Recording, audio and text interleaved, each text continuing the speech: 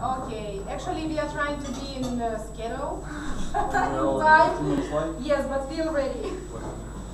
And it is because of traffic, nevertheless. Thank you very much for your coming, and thank you very much for your coming. And today we have our open discussion regarding team and team building.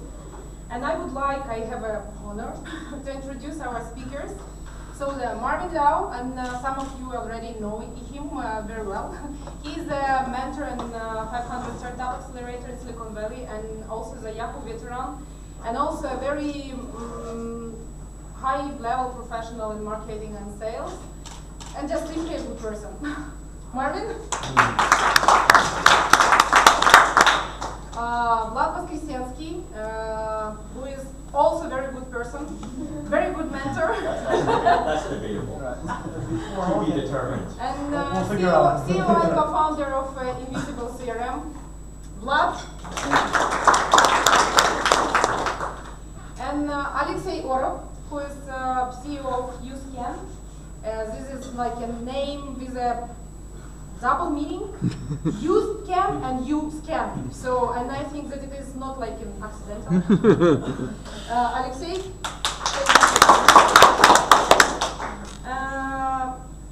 And you know, as I will tell you something first, and then I will ask, do you know who tells this before me? Coming together is a beginning, keeping together is a progress, and working together is a success. Who said this? Who knows? Who knows? Henry Ford. Who knows? And I don't know if we can agree or disagree with him, but nevertheless, I think that a small part of truth here is. The topic of our discussion is not unexpected because we have heard a lot about important role of team building, and especially when you develop your startup project. And today we invite these people, these speakers, who have the real experience and real practice in how to attract, how to find, how to hunt, and how to keep the right team members in their team. And we have a list of questions that we will ask. So we will try to face their experience, and we will be very thankful for sharing your experience. And of course, then we will have, so it will be a kind of discussion. You know, the panel is, that's why they are sitting, it's very formal. But I think if you already know their names, we can just put out our tables and then we will have a kind of circle. What do you think? It's a, okay. Can somebody help me?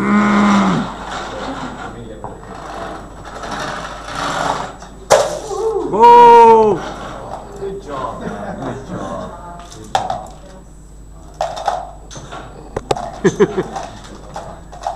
На вкус они тоже разные. Yeah, and now we see the practical how the team is working. Teamwork here. Everybody is sitting And COO and board members watch it.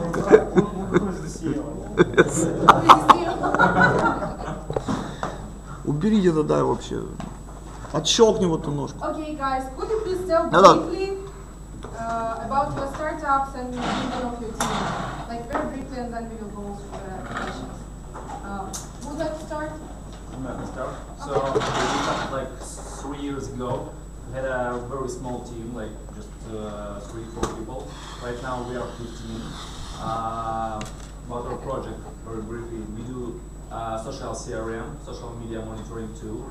We analyze big data from social media and help companies to manage their online reputation. So yeah, I have a lot to tell about the team because we had good people, bad people in the team. We fired someone. So yeah. Thank you. What? Yeah, everyone knows about Invisible CRM in this room, right? So I want to tell all about the company. The way we started is kind of unique because I've got before Invisible CRM my own software outsourcing company. So Invisible CRM by itself was the kind of an exit for the founders of Orap, the previous company, from outsourcing, from service to product development. So we really wanted to come up with something which is product. And we tried hard, it was like 10 or 15 products to try, and only one actually started, which is Invisible CRM. So when we were selecting people, those first employees, like first 15 which is kind of a incubator, right? It's not out of the market. After that, though, there was a lot of interesting things because very typical story. We made a lot of mistakes in hiring people, though a lot of good lessons learned also. And we were building office in the United States, which is totally different experience. And again, we've done a lot of mistakes during that process, so I can share a lot of things and kind of what to do, what never ever do, and those kind of things. Right now we're 50 people, well even more. It's like up to 60 people. Around 10 are in the US, the rest are here in Ukraine. This is, even though it's a distributed team, so even in the States, we have people in different states, not all of them are working in the same office. Even besides that, we also have Kyiv office, which means that we are always talking to each other over the phone, we're talking to our customers remotely, and which is one challenge, but the other challenge is to stay as a team when you are remote, and this is the other challenge, so we can talk about that a little bit. So, I mean, 5 minutes is not enough. 5 days we need. But at least we can start. So from my side, I work with a lot of high growth startups, but my own personal experience, I actually built a couple businesses actually internally to Yahoo, so they're somewhat startup-y. So my last job actually started, my last role, actually built a team from zero. I was the first person for a lot of the expanding to new markets. We took it eventually to 40 people. Most of them, I would say majority of them reporting to me, some not reporting to me, but you just learn a lot of things. And I built two other businesses. One other one that was successful on Yahoo, one that we actually ended up shutting down. And so you learn a lot of, sometimes it's a timing thing, but the biggest thing is just even though you say, well, maybe it's not the same experience from the startup perspective because you have the brand of Yahoo or whatever, but a lot of the hiring, the type of culture you're trying to engender in your team is actually very important because a lot of the people we're hiring, both from the outside and even internally, I had to basically, you're always competing for talent against other people. And so a lot of it comes down to, what is the vision that you're putting in, the vision and actually the selection process of the people that you're bringing in, and how you make it, in my view, you need to be very exclusive and really rigorous about if somebody you're looking for A players, if somebody does not meet that criteria, you cannot lower your standards to take that person in. It's a big mistake, right? Especially when you're a smaller team and smaller company. Let's just say you're a team of 10 people. You have 1 or 2 bad people on your team, 20% drags you down. And the best thing I do is basically firing the low performers. And all of a sudden you saw the performance level for the rest of the team actually. Like if you're a high performer on a team and you're being dragged down, it's actually overall a really, I didn't understand that. And so if you ask any manager, right, what's the thing that you actually regret the most is actually not firing somebody quickly enough, right? Exactly. Yeah. Biggest thing. Okay, thank you very much. And let's start from the beginning. How to attract the first team members for startup team, especially when you have extremely limited resources. So what's the secret? It's a vision, right? Of just part of it is you're selling the dream, you're selling the vision of just what this could be, and you also have to sell the adventure, right? A lot of, I had nothing in the beginning. We didn't even have that much budget, and so you're trying to enlist people. So if you want to be part of this adventure, and if you don't want to be part of this adventure, that's okay, right? Because you don't want to spend too much time convincing people. I just think if you're spending like weeks trying to get somebody on board, it's like you're never gonna fully come on board. So why are you wasting your time? Okay. For me. Well, I totally agree. I think it's the easiest thing, by the way, to find first employees. Just because you're really selling nothing but future, nothing but dream, hope, like there's nothing to trade about, there's nothing to negotiate about, you have nothing. So you either find someone who will follow you and share your passion, or just not your future partner or whatever. So yeah, you're literally selling the dream. You sell what you don't have, and how you're gonna see this, how you're gonna build it, how you're gonna work with this, and if you see the passion co-shared with someone, then it's a good candidate. If not, it's it's easy trigger. It's not like hiring 3rd people, 5th people, 10th people when you already have a team and you try to evaluate what will be the best fee. Okay, he cannot do this, but then he can probably help you with this, this, and this. It's much harder.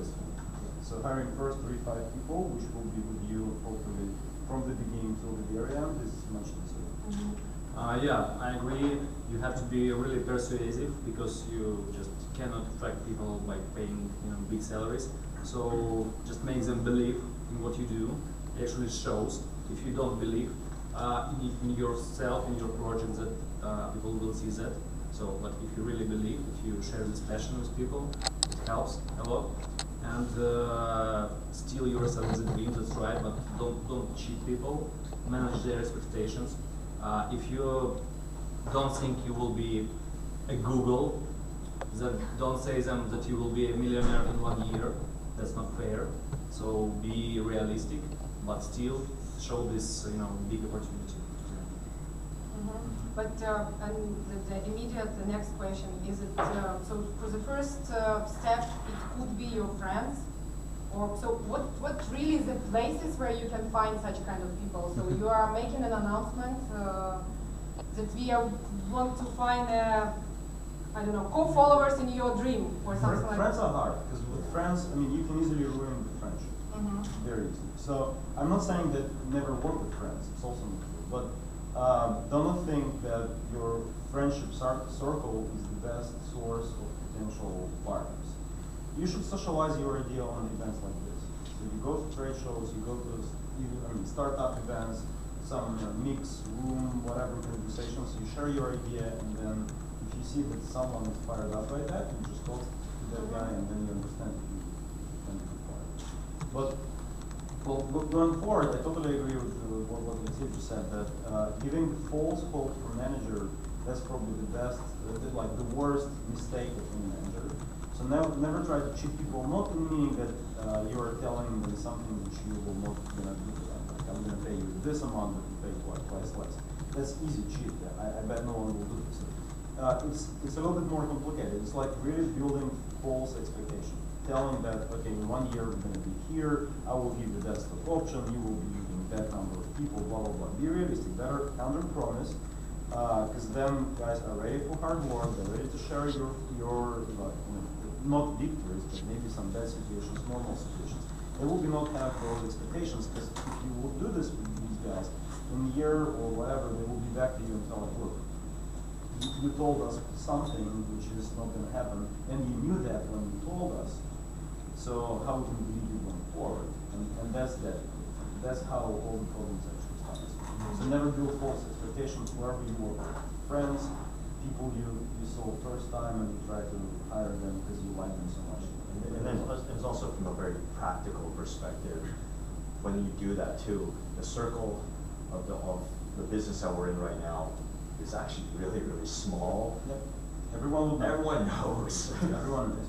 There's a lot of, whether it's in London or Berlin or Silicon Valley or whatever, just you pretty much know who the bad. There's certain individuals you'll never ever do business with because of that. And it's a very practical thing.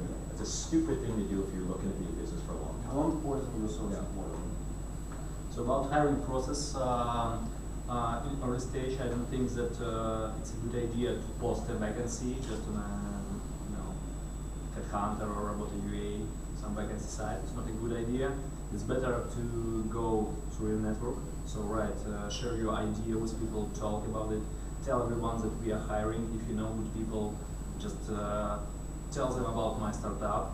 I don't know, use whatever you can do. Just put a status in your Skype, in Google Mail, whatever, in Facebook, post it in Twitter, ask people to retweet, to share this information, and eventually, I think you will find but seriously, like, no one has a problem with starting. I think the problem is with scaling. So like starting, finding 2-3 people to start with is kind of easy. Essentially, you don't start until you have those people. But once you've started scaling, then it's a problem. And for scaling, all those things are applied.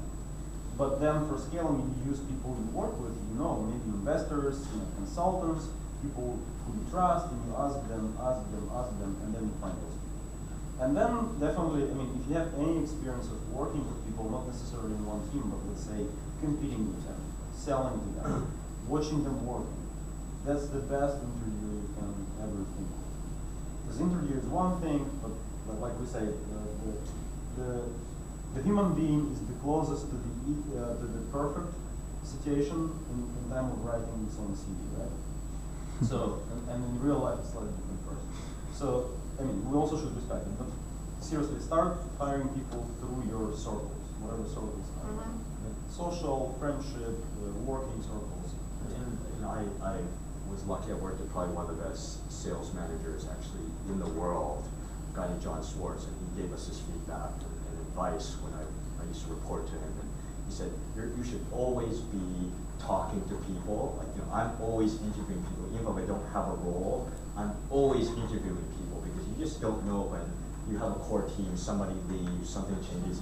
You always have to be talking to people on a regular basis. You just don't know. Never stop the hiring process, even if you don't have an Yeah, obligation. exactly. You should always be talking, right? Like Like even if it's an informal conversation, like you're always interviewing people on a regular basis. Because especially when you go into, like there's the product to market fit phase, which is totally different versus the scaling phase. That's the biggest challenge actually of actually growing, is actually getting good people, high quality people. And so even if you know that you're not going to fill this role for a year, or even half a year or something like that, you should still be talking to people ahead of time. Things change very, very quickly, right? All of a sudden you're like, wait a minute. Because the reality too is when you go into scaling mode, that when you bring somebody into your company, say 50 people, 100 people, 1,000 people, whatever it is, you're starting to bring people in, they're useless for the first 3 to 6 months while they're learning the business. So the sooner you have somebody in, the better it is. And so, when I was last 4 or 5 years, you're always talking to people. I'm always And even if you don't have an open position, then if you saw someone better than you already have them in the team, don't be afraid to fire people and get them better. Yeah, I think this is very important, right? Because from the moment when you realize that you need another team member, to the moment when you can find a good candidate, it can be 2-3 months really, because you want really good people. So if you have this database, you can immediately think, okay, I know this guy, we have talked like 4 months ago, maybe he's a good fit. So we can bring him immediately. I'll give you an example. One of the companies I sit on the board of, I've had this conversation many times, and they're paying for it right now because they went from 4 partners and customers now to 33 customers just in a period of 8 or 9 months. The problem is their organization is not scaled. So I was hammering them from the beginning. It's like, you need to build an account management team, so you need to be talking to people now. They're paying for it right now because of the fact that they just started. They need 6 people. They've hired 2 people, right? So they're taking some major pain. Their customers are suffering in a very, very big way because of just this inability to scale very quickly, and so it's hurting them. Just in this idea of just you need to be talking to people on a regular basis. That helps you grow the organization. So on the other hand, I think don't hire too early. You need to hire a person when you know yourself what the person will do, so you can transfer this knowledge to the person. So my advice is not to hire just because you have some money. It would be good to have a support guy in your team, but you didn't do that yourself yet. So don't hire the people until you understand the process very well. Do you agree with that? Yeah, and the other part when you're going through the scaling phase where you're going, oh crap, we need like 30, 40 people. But just if sometimes you're going to have to basically interview at least 10, 15, 20 people before you actually find the right role, because it's this is a challenge that actually large companies actually have. Like Yahoo had this big issue. When I joined, we were at 3,000. When I left, we were at 14,000 people. This is one of those companies. Google's going through this issue right now too, where a lot of times your standards actually drop just to fill roles. That's the biggest mistake you can actually make, because that really damages your culture, it damages your ability to sort of function. That was one thing I've seen many companies do, where I'm having a lot of conversations with CEOs I work with, who are like, well, we've interviewed these people, and this guy's like, he doesn't have everything we're looking for, but this job really needs to get done. I'm like, don't hire this person if you do not think he's the right, it's because there's no perfect fit, but if you don't think like he's missing 1 or 2 key things, like, don't hire him just to fill a role. This is actually a very good point, and we were going through that, and I think within Invisible Serum, and I think we kind of fight for this, at least for now, pretty effectively. We've done all of these things, and then at one point we like sat with all the people, and then we said to each other, like, look, we have some exceptional people in our country, seriously. But if we want to get exceptional results from those people, we need to separate them from ordinary people. Because those ordinary people, we hire for them and we think they're going to grow to the exceptional level. They never do. Instead, they take time of exceptional people and the results are going down. So we've decided, like, you know what, let's just, instead of hiring 10 additional people, let's fire 5 people. And then we have a need of 15 people, but instead we will hire 5, like 2 times more expensive guys, pay them literally 2 times more, but they will be as exceptional as others. And then that new team, which is shorter in headcount than we thought we need, produces better results. Yeah. So really, like, don't be afraid to fire people. If you think it's not a good fit, like, hire very, very accurately and hire long, but fire very fast. If you are not happy, fire. And then when you have an open position, do not save like a couple of $100 per month trying to get that guy because he's good enough, blah, blah, blah. Better combine 2 open positions in one, hire one, pay him twice, you'll get 3 times better result.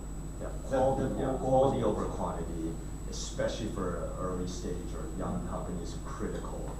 I can tell you, when I got rid of one of my low performers, the morale of the team and the performance went up dramatically, even though we were still understaffed and we had too much business. The team steps up. Okay, great, I'm glad you made that move. It was pulling us down, even though we were short a couple people. That was a really good thing for us. And so, you can't, long term, you hope you can fill that role or fill these roles, but think quality over quantity. It's such a big deal. Totally. Okay, and what do you think, is it important for a startup team to have a famous or well-known person in the team? No. I don't think that's important. Unless you hire them. Absolutely, yeah. Okay, and could you share with us the most craziest experience in recruiting and the team member? I don't think I had any crazy situations, but Extravagant? Or maybe extravagant. One of our sales manager, he was a DJ, so we hired him, and he's doing a really good job because he's easily communicating with people. He's good in sales. And how you recognize that he will be a good salesperson, even he was the DJ? He said to you something? No. They sold him a drink. Okay. Yes. Vodka connecting people. Okay. I think that one of the most, I wouldn't say it was crazy sell. Well, I mean, from business standpoint, it was kind of crazy. So, but then I also didn't have another choice. So, when we were selling that deal to Oracle, which we have right now, which is the biggest in our history yet, I think like next couple of months we'll have a bigger one, but it's not a problem. So, so when we were selling that to Oracle, I've got my own champion within Oracle who I was selling to, was one of the directors of Oracle. And it took me like 10 months to sell to him, because literally when you sell something big to big companies, it takes months and months, easily, like a couple of years, because you need to have your champion who would kind of spread the word, and then you convince this and this and this, and then legal, and then procurement, and then whatever. So that guy who was my champion at Oracle when we were selling, at like 8 months or 9 months of the process, after one of the events, we were like just drinking beer and chatting and blah blah blah, because we were already kind of friends. And then he told me that he's kind of tired of Oracle internally, and it's not the atmosphere he want to stay with, because it blocks his personal growth, and he's going to leave in a couple of months, and he already has some offers. And for me, it was deadly. It meant for me that if he seriously leaving the Oracle, then I'm back to the beginning of the process. I still need to find the other guy, and repeat all this, an additional 10 months. So I had no way but just to propose him to join us as well. And then he was considering between those 3 options, and he decided to join Invisible CRM. And that was kind of crazy in terms of selling to Oracle, because Oracle saw this in the very first moment, like I was soliciting Oracle employees to join us. And the whole process was stopped for a couple of months, and it took myself and Dwight, that's the name of the guy, really serious effort to convince Oracle that we were not in kind of solicitation mode, trying to convince Oracle employees to join us, but that was kind of natural, and we essentially saved Dwight for that area, because right now he is in our payroll, not in Oracle payroll, but he's still doing the same things, because it's about partnership and all that. So yeah, it took us 2 months for them to relax, but now it really works great, because right now he's like our agent in Oracle. He spent in Oracle for 5 years before joining Invisible CRM, so he knows every door. He knows not only the you know, the signature in the email, who the guy is by the signature, but he knows exactly what the guy do besides the signature. So he helps a lot. That was kind of crazy move, but then it worked well. And seriously, I had no other chance. I would say, okay, he would just do that. So I think the question was crazy hiring experiences or crazy, I guess, that's Yeah, like Very like unusual. it's The most unusual. the most unusual case in recruiting of the right person. Well, I'll be honest, I never really had any issues, maybe because it's part of the Yahoo brand, I never really had a lot of issues, but All planned and no, I mean, it wasn't, you know, on my team by the time I probably interviewed about 100 sort of people just in the last, like, you know, my last 2 years particularly. I interviewed a lot of people for the roles as I was building on my team. One of the things where I keep on stressing sort of the cultural piece in making this, you know, I always talk about, you know, I want Navy SEALs, but I don't want people from the Coast Guard. They're very different, right? And so I actually used to get a lot of, not a lot, but you know, when you look at maybe 4 or 5 complaints actually from HR, because I was actually, for a lot of my interviewing processes actually was very, very harsh. And since I used to tell people, this is why it goes down to sort of the filter and being very clear and managing expectations up front. You sell the dream, right? Just like, this is what the team is. It's like, you know, we're the best team in the company, in my opinion, it still is. But here's why, right? Like, you know, this is what we require from you, right?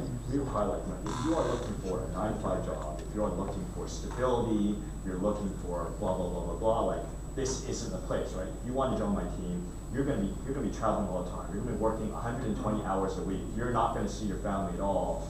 And that actually was one of the, you know, but I said, but that's okay. But if you want to join a team that's actually growing 100% year on year, you want to join a team where you actually get to see the world. You want to join a team that make major impact, and you want to join a team where you're gonna learn a lot from a business perspective. The responsibility you're given for what this role is very unique, especially at a large company, then you should join. But if you're not prepared to do these things, then you shouldn't join. And frankly, a lot of people found that to be very, well, some people find it appealing. Other people found like, whoa, this is actually too hard, but that's actually what you want. But actually, even some people actually kind of complain to HR, say, whoa, this guy's too harsh. And so I got actually, it went up to my boss, and I was like, what are you doing, right? I'm like, no, this is my team. You want me to hit my numbers, and we have to be very aggressive. But it worked. I still had one of the best teams around. And sometimes you, especially in a large company, maybe it's a different situation, where that was very antithesis to what the Yahoo culture was, where they're very nice and we're all this. Is sometimes you actually have to be very discriminatory, in my opinion. Thank you. And when you hire people, when you find the people who is share your passion and really inspired by your idea, how to keep these people? Okay, it can be 1 month, 2 months, and then so because sometimes it takes time to achieve results. So how to keep people to be inspired? Like, okay, just wait, I don't know, next few months, and we will get something good. I think you have to, you know, really celebrate, you know, small victories and socialize a lot and losses. Yeah, and you have to put your people before yourself, actually. So if there's a harsh time, you know, your startup doesn't have money, so pay your people first and yourselves the last. And always, you know, support these people. You know, in front of the client, if they make some mistakes, so be supportive and. You know. Well, this is, I believe, is more for management. Like, good manager kind of covers your team in front of someone, but then attacks them when you are one-to-one. It's not about how you inspire people to be a star in their team. My personal approach is slightly different. Like, at one time I said to myself that I shouldn't be afraid to hire someone who is smarter than me, because there's a lot of people smarter than me, and not necessarily in general, but just in some areas. Like, there are developers who are much smarter than me in development, sales guys who are much smarter than me selling things. So don't be afraid to hire smarter people, even if they report to you after all. And then when you have those guys, never limit their ability to create some things, but price them. So you essentially ask them what to do in some areas, and when they advise you do something, you may argue, you may discuss it, but then you let them do, and assume like more power, more responsibility. You let people more power, they pay you back with responsibility. They will not be jumping out of the ship just because you don't pay them in time or whatever. You gave them power to drive the ship their direction, they will be till the end. There's two types of motivation, right? There's extrinsic motivation, which is you're giving them money, you're giving them equity, you're giving bonuses, and that's motivating up to some level, but they find that actually intrinsic, which is like the responsibility, right? You want to give them, and the support as well too, where you have to just be accessible, like, look, you call me anytime if you have an issue, I'm going to be there to go and help you solve it, right, or help you fix it. Right. Well, at the same time, you're also responsible for this, so it's your job to go and take care of these kind of things. If you can't do it, then you let me know. But it's about sort of being a leader as opposed to a manager. Just like you're always there to really help them out if they need it. And I think the other part is just you want to push down as much sort of responsibility down to them that they can handle. Sometimes even more. Just you have to be very careful. There's two schools of thought, which is you want to be their friends and be very nice. I actually don't believe that.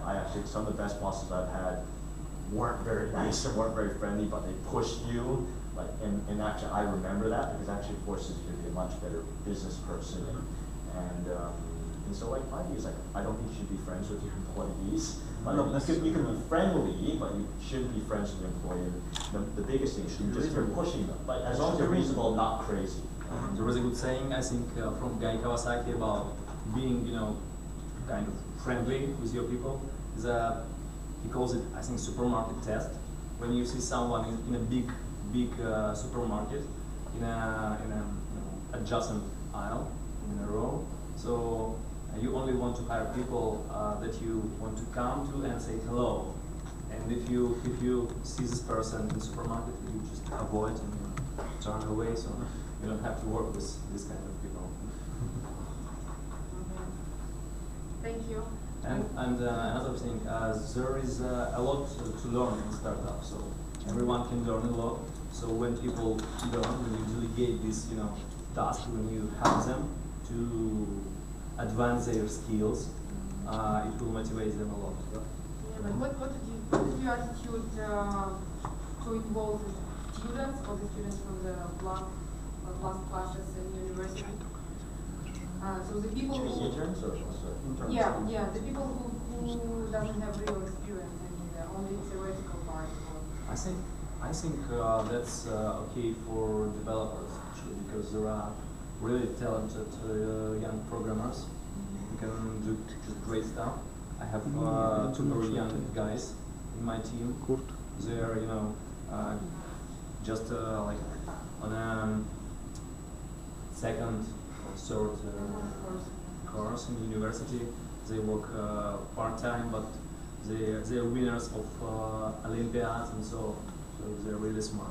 As for sales, business positions, I don't think it's a good idea to hire very young people because you need to have more Yeah, experience. why I'm asking because it's easy to inspire such kind of people, to attract and like to virus or to make them seek your idea or something like that.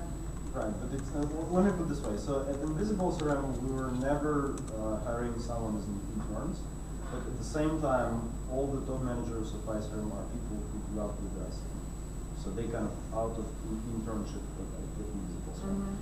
And for us, it happens slightly the other way. So we never have that focus like, okay, we're going to attract some young people who are not experienced but with a huge desire to grow, and we're going to teach them, we're going to let them fail a couple of times until they get how to do things right. We've got a couple of people which were normally fairly hired for some low-level works, and then as soon as they get what people are doing around, they show desire to grow to that level and do the same things. So they go back to you and ask like, okay, can I also try to do this and that and that? And you let them try this, and they go out naturally. But it was not like open position, at least our experience.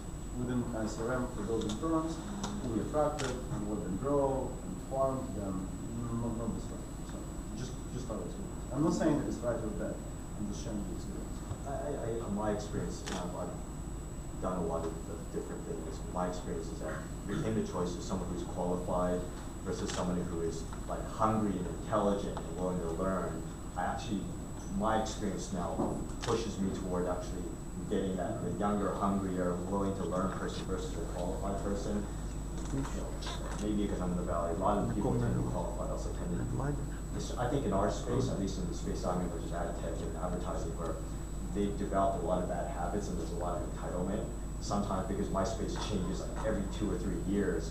Sometimes just because you have the so-called qualifications on paper, they actually have a lot of bad habits that's very hard to unlearn.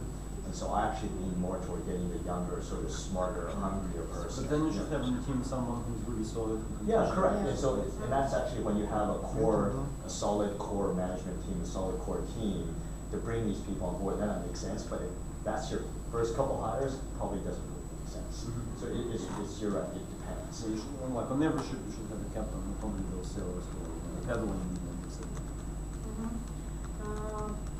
Can you give some suggestion how to avoid the burnout of your team members? And especially in startup, it sometimes happens when you work too hard. Here's my take: is that burnout is just such an artificial kind of. I really think it's an artificial thing because, like, if you're doing stuff that is super interesting and you really believe in the mission, why the hell would you be? It's my opinion. Why would you be burned out? I think it's kind of a BS term. Their situation may be changing, and they are not already ready to spend like 18 hours per day in office or whatever. So that may happen. My take is that you shouldn't try to avoid this or fight somehow with this. It's just a matter of personality in your team. And then I think I told someone already at HappyFarm that story. So just from my personal experience, when we were shopping for a second round, like Series B, we never get it round because we decided not to proceed this way, but still. I was talking to one of the VCs in Delhi, and they started to ask me about initial founders of Invisible CRM who is still on board, who quit. And there were people who already quit at the time, and they were like at CTO position when we have started, and then they quit, blah, blah, blah. And when I was telling that story, I could not lie, so I was telling the story, but I was trying to soften this, and it seems like it was kind of evident on myself that I'm trying to soften the story, and I'm not feeling comfortable telling this, blah, blah, blah. And then the guy in VC told me, like, look, you shouldn't be afraid telling me this, because I know for sure that it happens at any company. The most successful, the least successful, it happens with any company. And if it didn't happen with your company, then it only tells me that it will happen with my money when I invest. So if it already has happened to you, that's good for me. It'd be great telling me that story.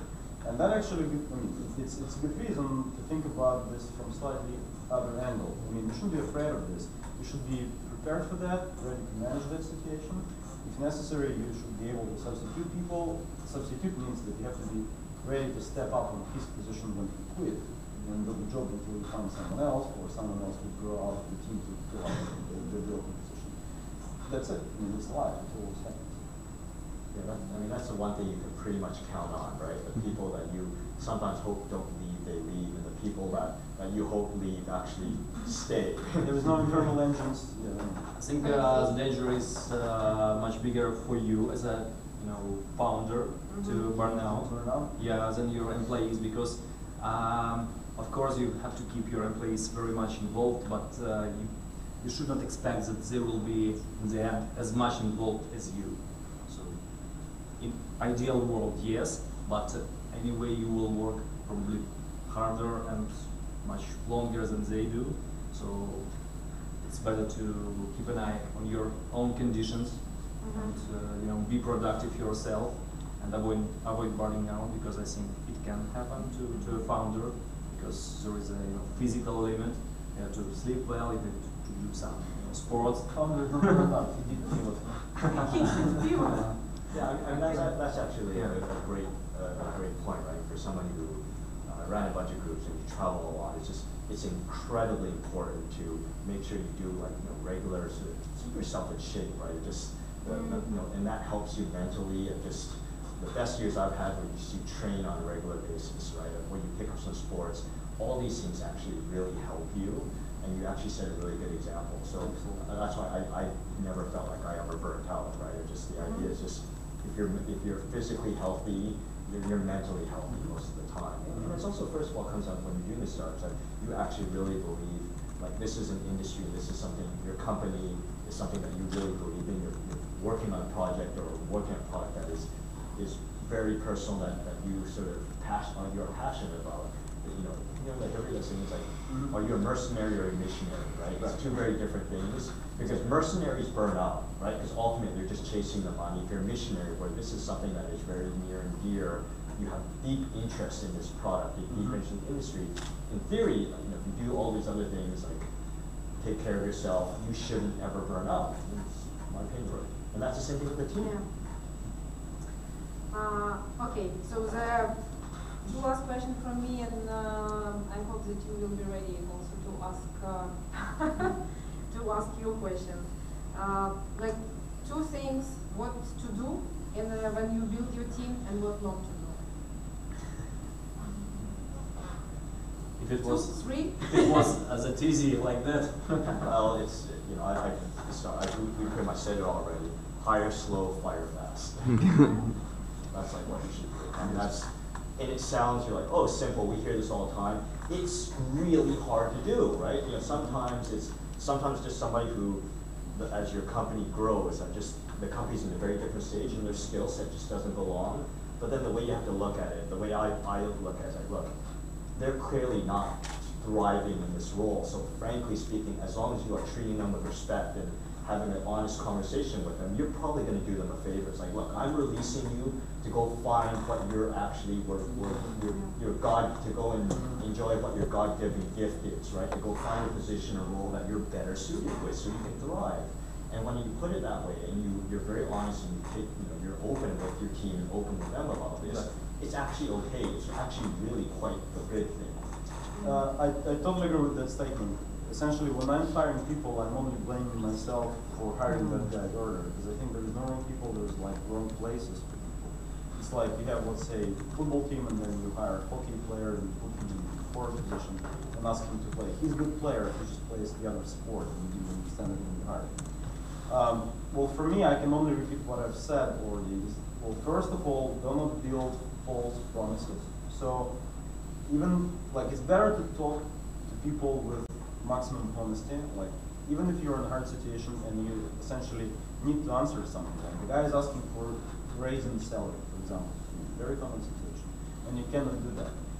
Tell him openly that, look, I want you to have that salary, and if we will be at that level, we will have it. I promise you that. But I cannot promise you that we are, as a company, will be at that level. So let's work together. We'll see. You'll see it first, and when you see it, you'll be back to me telling you, look, that's the moment to give you the raise. And I will be okay with it. But do not overpromise. So be very open, tell even more than you think you should tell. People respect it. They can stay back. That's the first advice. And the second advice, again, I can only repeat myself. If you want to get better results from your team, do not lower the bar of standards. So try to single out exceptional people from ordinary people. Exceptional people will give you 2 times better results than they will get. So let them work themselves. They are stars that will give you something very good. I agree with the guys, and one side note, you said that you feel, like guilty for hiring bad people sometimes. That's my fault. I don't think it's your fault, because it's really difficult to judge the person during the couple of interview or meetings. You can only judge a person when he works for a couple of weeks or a month. Then you only see if he's a good performer or not, and then if he's not, then fire easily. Hiring is the hardest thing. The best companies, even the best companies, get it wrong 50% of the time, easily. I'm not talking, these are the best companies, Google, GE, whatever. It's really, really hard. You can go and do all the reference checks. You can go and interview 50 people for one role. Sometimes, I would say particularly in the US, where they're just good at interviewing, right? So, wow, this guy's really good, and you realize, holy crap, once you start after a couple months, you're like, this person sucks, right? They're really good at it. So it's a really hard thing to do. And you're gonna get it wrong. The best companies with great systems and great sort of people doing these kind of things, getting it wrong 50% of the time, you're gonna get it wrong. So expect mistakes in hiring, that's normal? Yeah, but fix it quickly. Sometimes Fix it quickly. it takes time. ICRM, the firing rate is like 40–45% of people. And I'm constantly trying to improve this, and I'm going to give up. I think it's just I cannot fight it. I mean, we hard. always fire 40-45% of people. Really hard. So maybe just cut it down. And I think another important do is hire people better than you, better than yourself. So if you're hiring, marketing director, hire someone then understand marketing better than yourself. If you're hiring a sales manager, someone who can sell better than yourself. Yeah, older, more experienced, looking more mature, whatever. Don't do anything. Yeah, but it is also the question of your experience and how to. Well, I mean, you cannot know everything, Yeah. but you can be younger than other people. So what? You have to be very clear. Yeah, you have to be very clear. It's like there's an old saying. It's like A grade people hire A plus people, right? B grade people hire C people, and C people hire like it's Right. That's how you lower the block. Yeah, that's what we call the bozo explosion in the valley. So it's actually a real term. Yes. First of all, thank you very much for very bright ideas and honest dialogue. And I'd like to know more about the motivation system. Can you tell us more about motivation, not only salary, but maybe some kind of financial bonuses or some kind of motivation program for top staff in your companies or ex-companies? Thank you. Well, I can probably start is we have that system established and polished at ICRM, and it took us for a long time to get that right. So my biggest desire out of any bonus system we were trying to implement was the ability of employees to calculate the bonuses themselves. So for me it was important that it's not the bonus which I'm giving to managers, like telling them like, look, you have a team of 10 people, you're the manager of a team of 10 people, if you achieve that results, you hit the numbers, I'll give you a bonus of 10K, and you're going to distribute that 10K among your team. It doesn't work for me. So I've always wanted that bonus schema, which is clear and evident for every single employee in the team, so when the results are he can calculate it himself.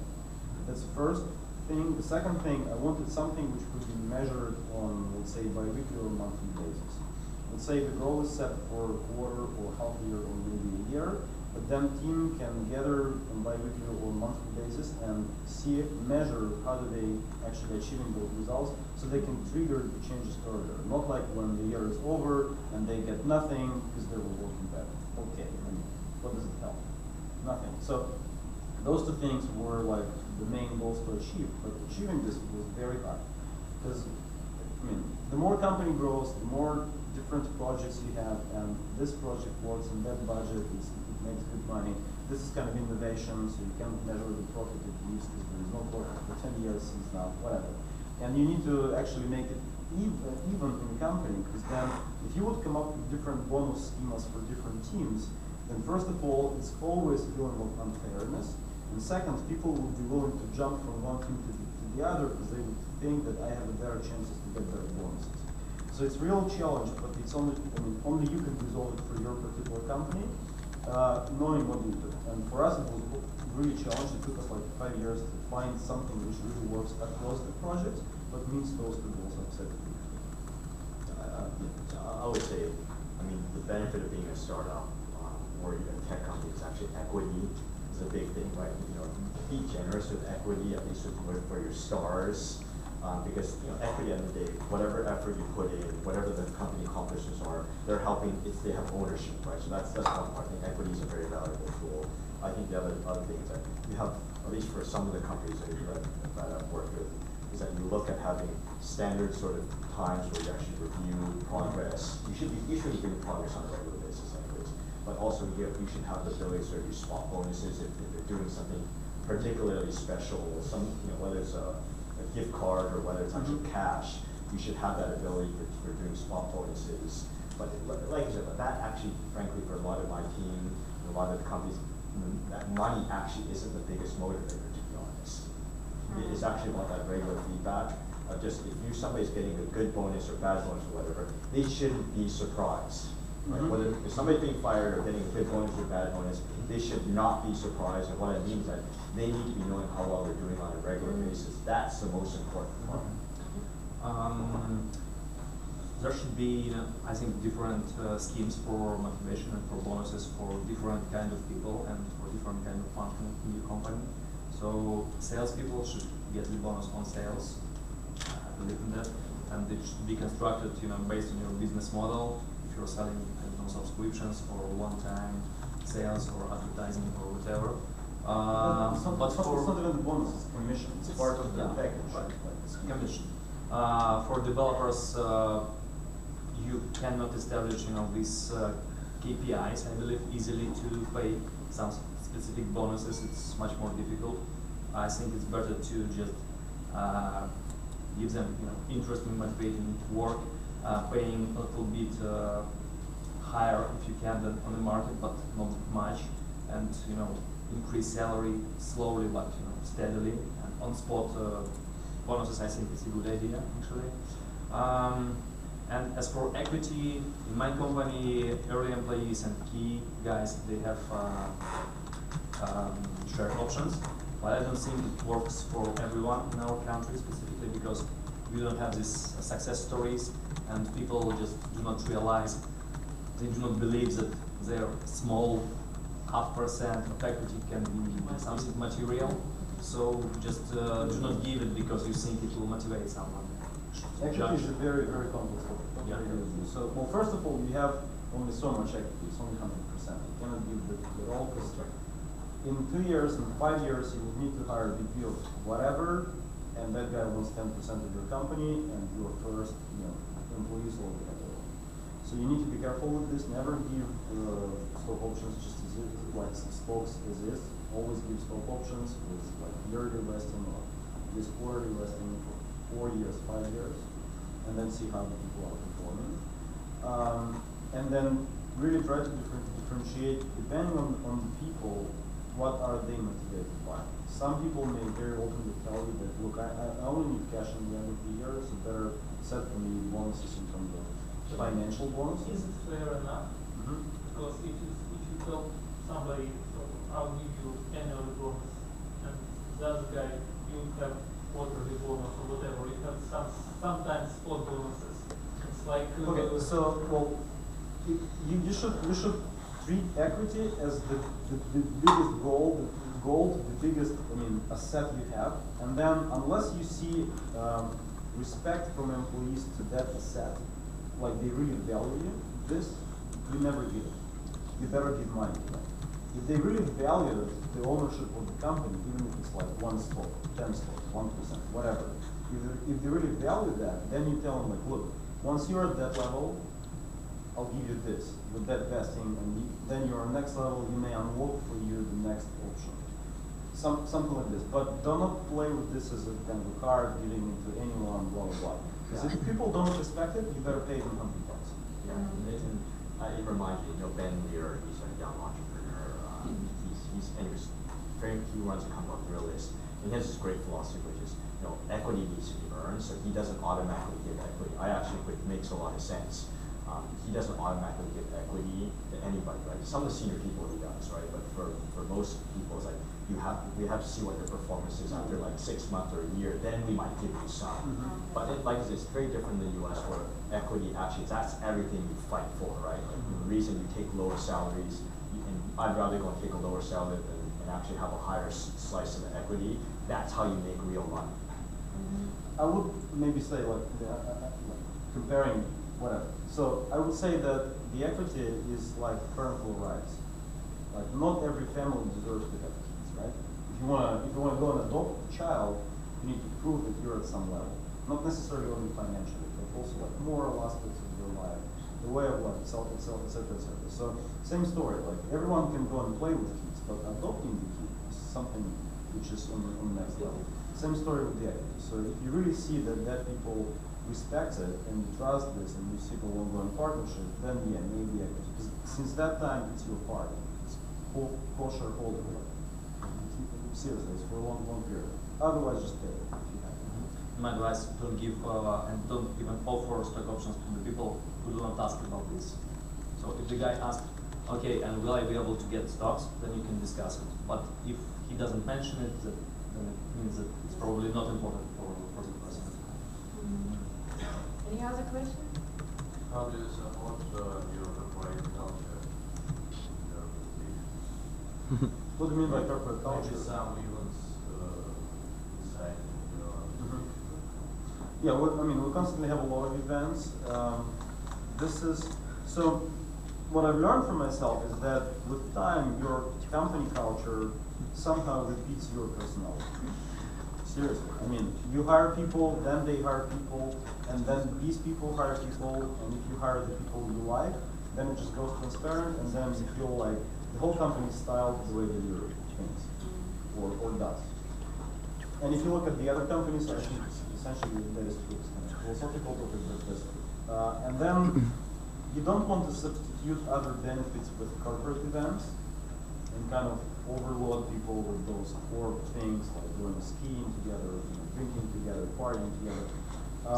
But you should still have it. It's like a feeling of the I wouldn't say family feeling because it's not a family feeling, but still it's a team not only at work but also at having fun. So yeah, we have it like once per quarter. We try to do something small. Once per year, we try to do something big. But at ICRM, we never tied it to like New Year celebration or whatever. We just do it sporadically or maybe attached to some milestone within the company. Let's say we signed the contract, we delivered the product, we've hit like 1 million in sales, whatever, something, which is honestly even easier to kind of form. Just having the corporate event for New Year when everyone is trying to have it, and not necessarily expensive, I would say. But then you have corporate event in February, expensive. You can go skiing somewhere.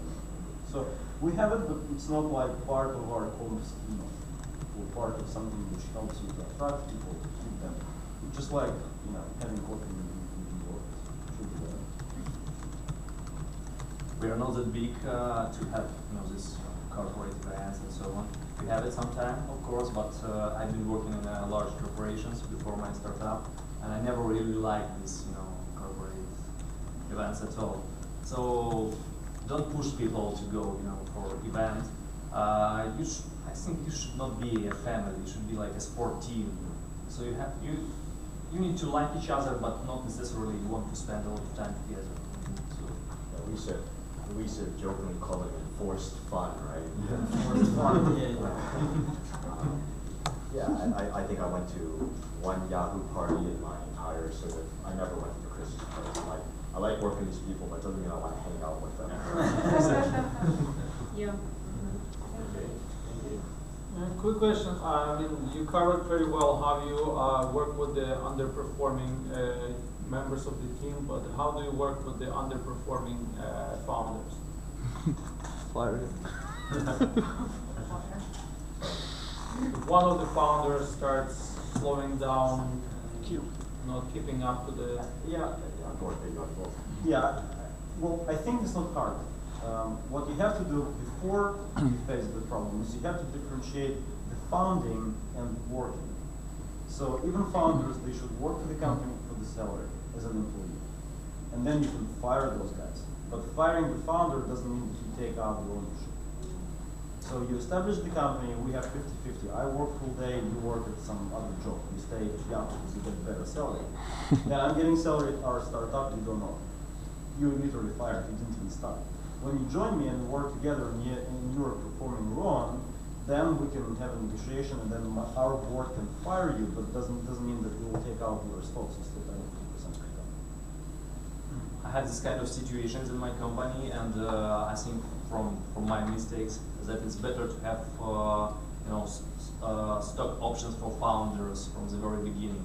So you are 3 guys, you founded the company. It doesn't mean you automatically get 30% of equity each of you. Yeah, it should be vested over time. So if one of the guys just in 1 year just want to leave, okay, you get just a small percentage of that equity. It's sold automatically.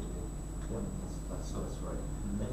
So I mean, you acquire percentage of a company during your work at the company. Yes. Even Yes. if you are a founder. Yes. So let's say 1% a month or something like this. 1% a year.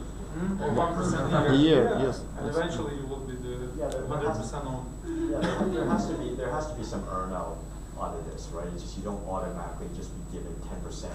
That's yours forever. A lot of times what you find is when VCs actually, let's just say you raise money, right? You get money from VCs. So many of them actually require that you actually have to reinvest what you actually have. It's very common. It's actually incredibly common. I didn't understand that before. Like, why would you do this? That sounds unfair. I'm like, wait a minute, it actually does make sense because it comes down to they actually have to go and remake some remake their contribution to the corporation or the company. I'm personally right now invested. I'm one of the co-founders of the company, and I still have stock options right now. There were like, so these options for me from that pool started back in 2010, and it's actually a second stock option pool. So I've got the initial stocks after the first round. I've got the option which was fully vested till 2010, and then on board we have decided to allocate additional 15% for me as a CEO to distribute among the people. And part of this I distributed to myself, and I'm still getting this. So and the problem solves itself. yeah. This is a motivation. Any other question? One more practical story. Somebody is asking, okay, that's a real life situation. We have a designer who was hired 5 years ago. He was, awesome designer, awesome work, and has been, steady. The salary increased because of the, the standard procedure and everything else. But in 5 years, he hasn't progressed a bit. I mean, he was at the grade level, and he keeps up at that level. So after 5 years, everybody who joined later on are exceeding his work. And what should the company do in this case? I mean, he is loyal. He is not willing to leave, and his salary is fairly high. But Fire him. Fire him. If you fire a person who is loyal, has been with the company 5 years, does the job, technically speaking. So it does the job, no. I mean, my take on it is I think you kind of pretty much answered your own question that you have an open and honest conversation, like where do you want to go with this in your career? Because it's very clear that where we're going with this company, you're not going to be able to keep up. So let's just have the conversation. Are you willing to sort of step up? If you're not, then let's have a conversation and figure out what your transition plan out is. And be very open. We'll do it over the next 3 months. And that's fair. You treat him with respect. You be very open about it. Don't surprise him with it. And set out what your standards are. If he's not willing to meet them, you should say goodbye. You're basically, yeah, you're saving him. Or stop increasing his salary at some point. That can motivate him. Start increasing. Wasting period of education. That's the Oh, it's a great idea. In these conversations, being a manager, managing a team, managing a company, it's hard work. Because like we talk about, fire them or whatever, but these are hard conversations to have. But that's what you get paid money for, right? This is what this is. Exactly. It's the duty of the manager. Yeah. Shoot someone else. Slightly different question, but still about teams and team building. Vlad, I think you're a mentor here at HappyFarm, and Marvin, you're a mentor as well. Yeah. How easy is it for you to feel like you're a part of the incubator? Because obviously you've got so many other roles as well. So, Vlad, for you more specifically, how easy is it for you to feel like you're a member of the team here? And Marvin, with all your travels and speaking and stuff, how easy is it for you to feel like you're part of the team at 500 Startups? Well, I spent a lot of time with the team over there, and also I became a mentor mainly because I'm friends with a lot of the people there. So it wasn't, we just formalized what was already there already. So it wasn't, to be really honest, what they do a very good job is we even have mentor get-togethers every month, right? So they really spend a lot of time engendering community, even among the mentors. So you feel like you're part of, when you join them, you're part of the 500 family, right? And so they do a pretty good job of that, generally speaking. It's a little bit harder with some, I'm affiliated with about 6 different accelerated programs, so it's in varying degrees, sort of. Some are much better than others, like that. So where in some cases, I'm just like a visiting scholar, right? And that's okay. And that doesn't bother. That's all right. That's just a different role you play. If I had nothing else to do, it's like I don't have time to think about it, so it's okay, right? It's not. I don't have any issues with that. And for me, it seems to me that it's kind of easy for myself, but I may be just wrong because I'm trying to give the advices, and I think that I'm getting what I'm advising people about, but maybe I'm just giving them dumb advices because I'm not getting what it's all about. So I kind of approach it from the easy standpoint. If if I'm getting something and I know how it was in my life, if it already was in my life, then I can just tell them my experience and that's it. If I'm not getting a clue about the situation, I can kind of make a disclaimer before I start talking, because I have that opinion, but it's not based on my own experience. I just would do it this way if it would be with me, and that's it. Time-wise, it is more challenging than I thought, to be honest with you. So right now, it takes more time than I thought it will. Still, though, I mean, I kind of committed because I had promises. So. Most of us Appreciate it a lot, but yeah, but most of us do this. Is like, at least for me, in most of these cases, there's no financial gain for it. It just it's a pay it forward. Just many of us were very. I said this to some of the teams yesterday. You know, many of us were very fortunate in our careers. But when we first started, there were a lot of people helping us out, and that's actually what makes the Valley very unique, because you have a pay it forward mentality there. Just if you can help, you help out, right? And you know, as long as you're not losing money by doing this, that's okay. But it's just at bare minimum, we do this not because of any financial gain. We do this because it's intrinsic motivation of just it's fun helping people, working with young, smart people, right? And most of the time, not all the time, but most of the time, and that's why you do this. I get nothing, frankly, financially out of this. Yeah, I would totally agree. It's not about financial, it's more like social responsibility. And if I have something which is, and I can share this with other people for free, why wouldn't you share?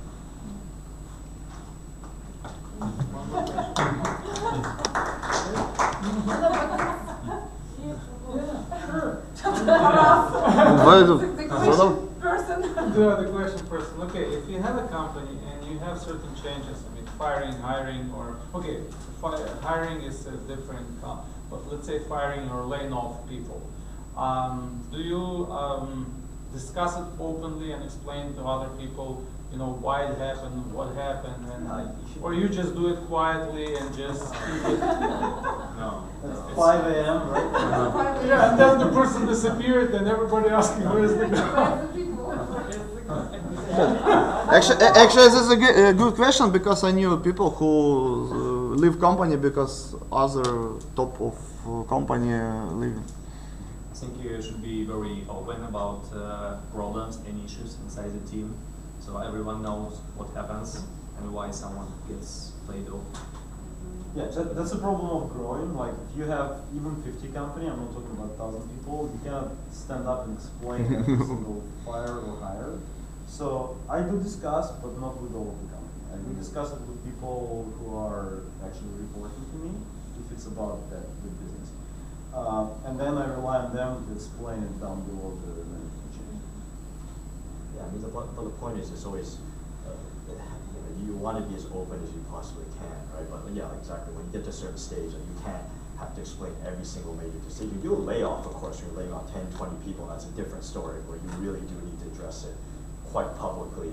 But if it's like one single, two people, it's actually a lot of times people already know already. They're like, well, that was a low performer, so that was very clear. They should have done it earlier. Sometimes it surprises them. And by the way, again, I don't know if it's right or not, but I am firing people over the manager. I mean, like, it's not necessarily I need to convince the manager to fire someone. I can just step in and fire, telling them that I'm doing this because of that, and then I would schedule a follow-up within 6 months and we discuss with the manager was it right move or not. Because I've been myself through those situations. Like, okay, so let me step back. I told you that I have started from the software outsourcing company, and for software outsourcing company, people are the main asset, right? Because you're selling people, and when you're firing someone, it's kind of you're cutting your own business, which makes it like 10 times more harder than product. And I was very accurate with people. I was tempted to go not fire, but try to find the other position, load with something else, try to get this, try to refocus, whatever. And then at some point I understood that it's actually, it hurts my own business, because firing not the very right fit, and then looking for the substitution for half a year, getting right people, still gives you better result than trying to keep the guy in the position.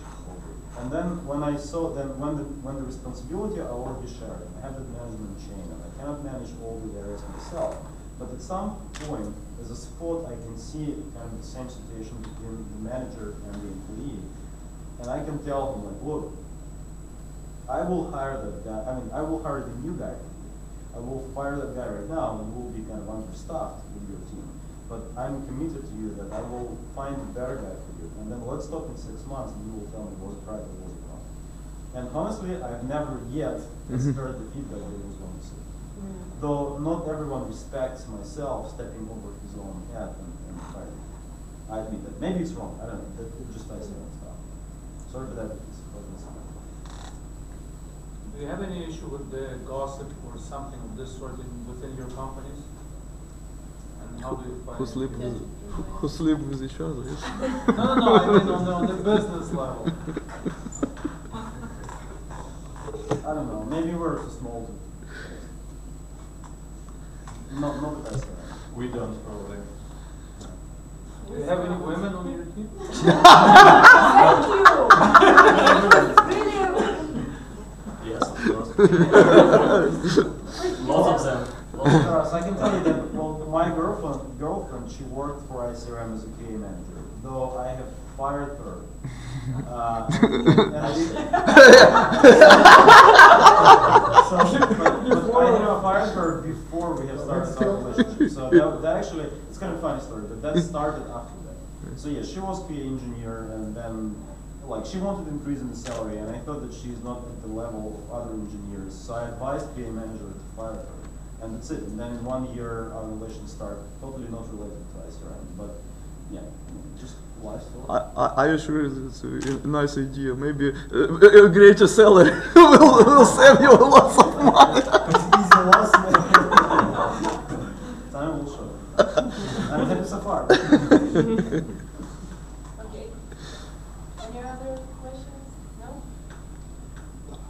Okay, so in this case, if you have something just to... Maybe you have some questions.